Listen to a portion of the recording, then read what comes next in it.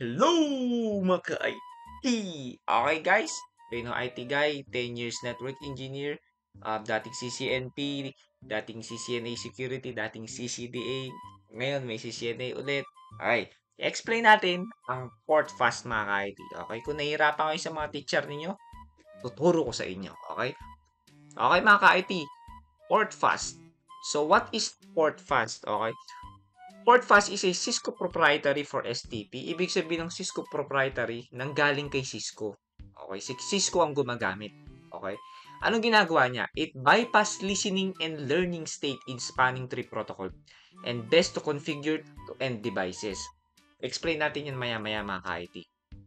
So mga ka-IT, sa mga IT student dyan, pansinin nyo, pag kumonek kayo ng switch, kinonek nyo sa PC0, ito mga ka-IT, real world to, at saka sa packet tracer. Pag kinonek nyo yung computer nyo sa switch, mapapansin nyo kulay amber or kulay orange yung light. Okay? Ang ibig sabihin yan mga ka-IT, dumadaan yan sa listening state ng spanning tree protocol. Huwag nyo muna isipin yung, bakit, anong listening state? Isipin nyo muna ito, 15 seconds magkakaroon ng listening state. Yan yung normal na ginagawa ng isang switch.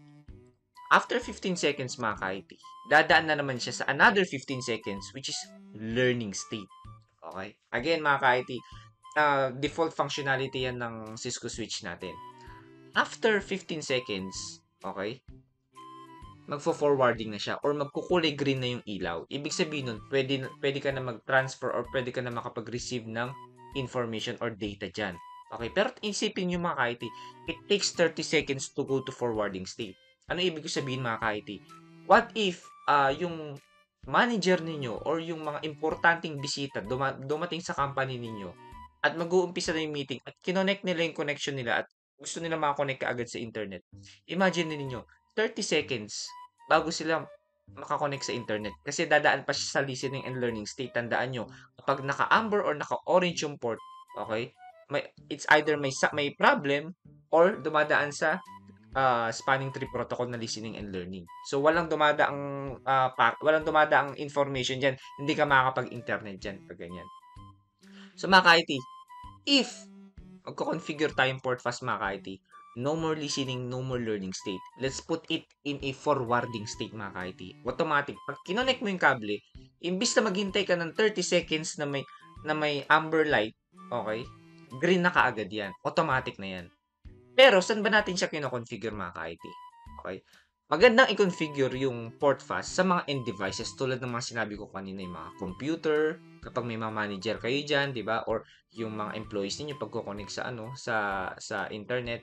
Pwede yan sa mga computer, sa laptop, sa mga servers, CCTV, IP phones, or IoT devices, yung mga appliances natin or yung mga other devices na kumo-connect sa internet. Okay? So mga ka-IT, nandito tayo. Meron tayong sample dito, switch 0 and PC0. Okay?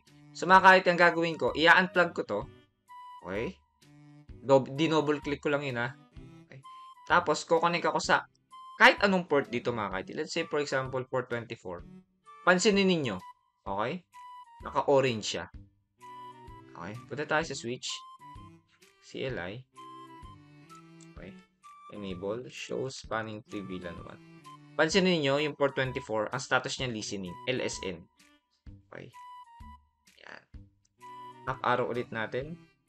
Pansinin niyo, nasa learning state niya siya.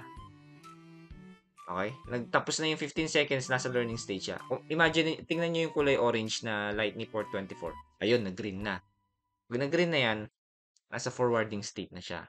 Yung mga computer, yung mga end devices natin, hindi na nila kailangan dumaan sa listening and learning state. Okay? So, kailangan naka-bypass na siya kaagad. So, para magawa natin yung mga ka-IT, configure natin yung spanning tree port fast. So, punta tayo sa global config. Tapos, configure natin yung port. Okay?